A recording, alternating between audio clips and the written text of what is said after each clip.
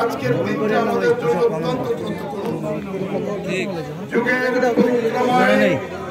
দেশের প্রেক্ষাপটে দীর্ঘদিন পরে আমরা যে সমাবেশ যাপন করছি, যার নেতৃত্বে স্বাধীনতার দুর্যোগময় মুহূর্তে শেখ মুজিব সাহেব গ্রেপ্তার হওয়ার পরে দেশ যখন অন্ধকারে, কে দেবেন ভরসা, কে দেবেন আশা, এই যুগের সময়ে জন্ম হয়েছিল শহীদ রাষ্ট্রপতি জিয়াউর রহমান।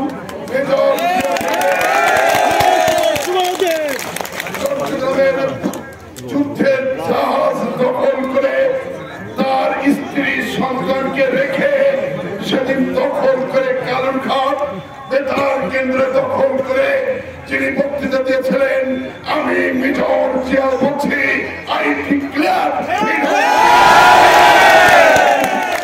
মেজর জিয়ার ঘোষণার প্রেক্ষিতে লক্ষ লক্ষ সেনাবাহিনী থেকে পুলিশ, বাংলাদেশের জনতার দাবা যুবকেরা যুদ্ধে ঝাঁপিয়ে পড়েছিল বন্ধুরা। সেই ঘোষণার মধ্যে দিয়ে বাংলাদেশ আজকে স্বপ্ন দেখেছিলেন, কিন্তু তার অন্তরায় যদি আজকে শেখ মুজিবুর রহমান গ্রেপ্তার হয়ে পাকিস্তানের আতাত করে দুই পাকিস্তানের প্রধানমন্ত্রী হতেন, তাহলে জিয়াউর রহমানের ফাঁসি হতো। সেই আপনার বাংলাদেশের ইতিহাসে সেই আপনারা যে বুঝেছি ব্রিটিশরা যেভাবে আমাদের ফাঁসি দিয়েছিল, সেইভাবে পাকিস্তান সেনাবাহিনীর বিদ্রোহের জন্য জিয়াউর রহমানকে ফাঁসি হতো। কিন্তু একজন সাহসী যোদ্ধা জিয়াউর রহমান বাংলাদেশের একজন যোদ্ধা হিসেবে প্রমাণ করেছে যে দল প্রতিষ্ঠা করে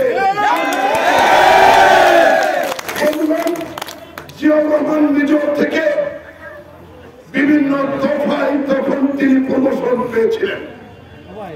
৭৫-এর 15 আগস্টের আগে বাংলাদেশ হয়েছিল একদলীয় গণতন্ত্র, 2টা-4টা পত্রিকা আর বাকশাল কায়েম করেছিলেন।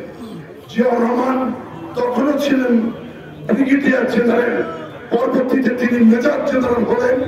এবং আপনারা জানেন 15ই আগস্ট আগে যখন ঘটেছিল তখন জিয়াউর রহমান 3 নম্বর ব্যক্তি ছিলেন। শফিউল্লাহ সাহেব ছিলেন সেনাপ্রধান, শেখ মুজিবের অন্যতম বিশ্বস্ত সেনাপতি, কিন্তু মুজিব হত্যার পরে তিনি প্রতিবাদ করেননি। শেখ হাসিনা তাকে এমপিও বানিয়েছিলেন। খালিদ ছিলেন তৃতীয় ব্যক্তি, কিন্তু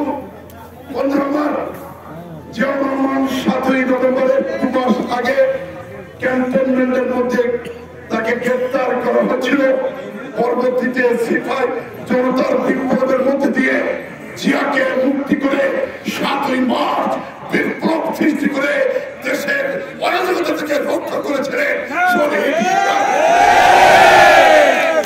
মেজর জেনারেল জিয়াউর রহমান। 7ই মার্চের বিপ্লবের মধ্যে দিয়ে তার আবির্ভাব হয়েছিল এবং তার ধারাবাহিকতায় 88 সালে তিনি হানা ভোট করে, 78 সালে হানা ভোট করে তিনি প্রেসিডেন্টের দায়িত্ব নিয়েছিলেন। পরবর্তীতে আপনারা জানেন এজি উসমানের সাথে প্রতিযোগিতা করে তিনি রাষ্ট্রপতি ভোট করেছিলেন। এজি উসমান ছিলেন সশস্ত্র বাহিনী এবং বাহিনীর প্রধান ছিলেন। আওয়ামী লীগের প্রার্থীর বিরুদ্ধে জিয়াউর রহমান একজন বিপ্লবী নেতা হিসেবে সেদিন নির্বাচন হয়েছিল অবাধ সুষ্ঠু রাষ্ট্রপতি ভোটে, বিপুল ভোটে শহীদ রাষ্ট্রপতি জিয়াউর রহমান পেছনে নির্বাচিত হয়েছে।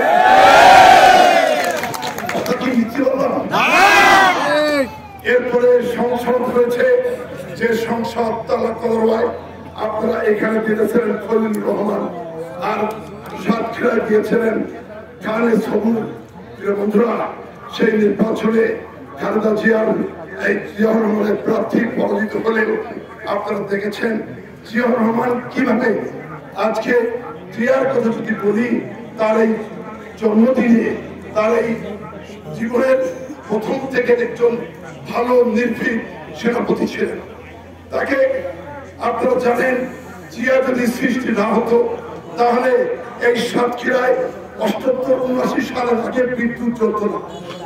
টেলিভিশন দিলেন, আগে উপহার দিলেন উপজেলা পর্যায়ে একটা টেলিভিশন, কিন্তু বিদ্যুৎ চলবে কি করে? এটাই সমগ্র বাংলাদেশে যেখানে ঘুরেছেন জিয়া টেলিভিশন দিয়ে, পরবর্তীতে আপনারা দেখেছেন সবচেয়ে বিদ্যুৎ যেটা আমেরিকার প্রযুক্তি এনে এই পল্লী বিদ্যুতায়ন জিয়াউর রহমানের দৃষ্টিভঙ্গ প্রভাব। তিনি বাংলাদেশের মানুষের ইহ কাজ করেনি, তিনি প্রত্যেকটি মানুষের মুখী কাজ করেছেন, কলমী কাজ করেছেন।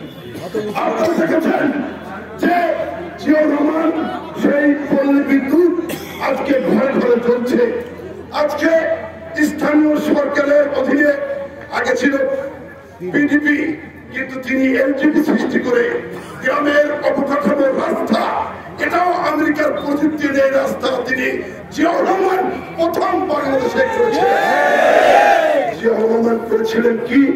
জিয়াউর রহমান করেছিলেন বাংলাদেশের ধানকে 4 গুণ উৎপাদনের জন্য সেচ প্রকল্প দিয়েছিলেন। সেচ নদী কেটে খাল কেটে তিনি বাংলাদেশের একটা